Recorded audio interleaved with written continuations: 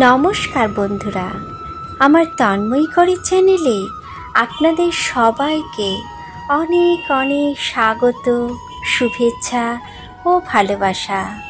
আশা করি শ্রী শ্রী ঠাকুরের কৃপায় আপনারা সবাই খুব ভালো আছেন।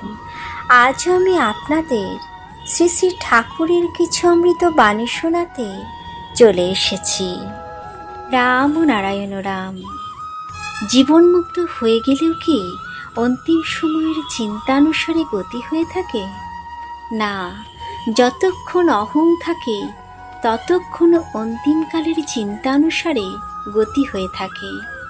হ্যাঁ, মুক্ত হয়ে গেলেও যে সূক্ষ্ম অহং থেকে যায় তাতে অন্তিমকালের চিন্তানুসারে জন্ম হতে পারে, কিন্তু পতন হয় না। যেমন জড়ভরতকে অন্তিমকালে হরিণের চিন্তা করায় হরিণের জনিতে যেতে হয়েছিল। হরিণের দেহ পেলেও তার পতন হয়নি। নদীর প্রবাহ যেমন সতই সমুদ্রের দিকে যায়, তেমনি ভগবানের চিন্তন মনন থাকার কারণে হরিণের দেহ পেলেও সেই ভাব থেকে গিয়েছিল।